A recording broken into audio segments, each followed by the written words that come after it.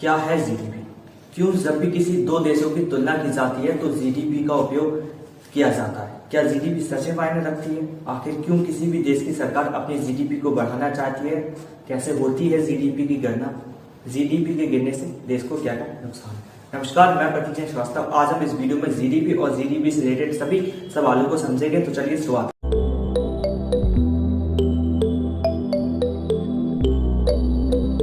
GDP यानी gross domestic product, जिसे हिंदी में हम सकल घरेलू उत्पाद भी कहते हैं, जिसका सबसे पहले प्रयोग एक अमेरिकी अर्थशास्त्री साइमन ने 1935 से 44 के दौरान किया था।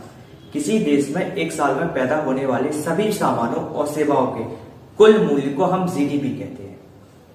जीडीपी किसी भी देश की अर्थव्यवस्था को मापने का जरिया है, जिसके आधार पर हम किसी भी देश की अर्थव्यवस्था को सबसे मजबूत या सबसे कमजोर मानते हैं। अगर आसान शब्दों में समझे तो जीडीपी ठीक वैसी ही है जैसी किसी के स्टूडेंट की मार्कशीट। जिस तरह मार्कशीट से किसी भी स्टूडेंट के साल भर की परफॉर्मेंस का पता चलता है, उसी तरह जीडीपी भी किसी भी देश की मार्कशीट है, जिससे पता चलता है कि किन सेक्टर्स की वजह से इसमें कमी या वृद्धि हुई है।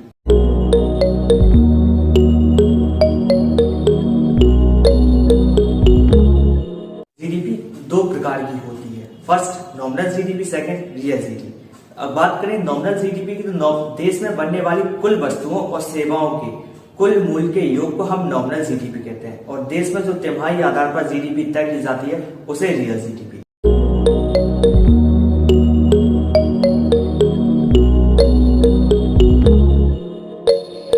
भारत में जीडीपी के तहत कृषि, उद्योग, सेवा तीन प्रमुख क्षेत्र आते हैं, जिसके घटने या बढ़ने के अवसर पर भारत की जीडीपी तय होती है। 2020 के आंकड़ों के अनुसार भारत की जीडीपी में कृषि 14.65%, इंडस्ट्री यानी उद्योग 13.13%, सर्विस 55.17 का कंट्रीब्यूशन है।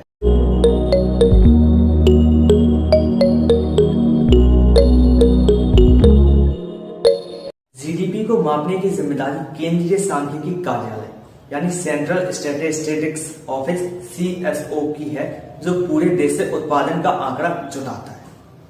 आमतौर पर जीडीपी की गणना हर साल होती है, लेकिन भारत में जीडीपी का आकलन तिमाही आधार पर भी होता है।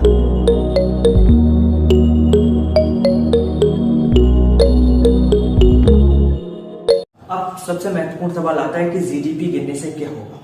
जीडीपी ही किसी भी देश की अर्थव्यवस्था को मापने का जरिया है, जिसमें हुई गिरावट से देश में बेरोजगारी, महंगाई में भी बढ़ देखने को मिल सकती है। जीडीपी के गिरने से लोगों की आमदनी में भी कमी हो सकती है।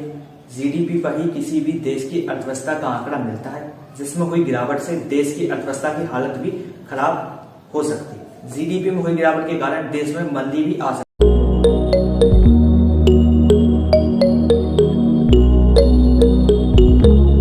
वर्तमान समय में भारत की जीडीपी 2.94 ट्रिलियन डॉलर है, जो विश्व में 5वें नंबर पर आती है।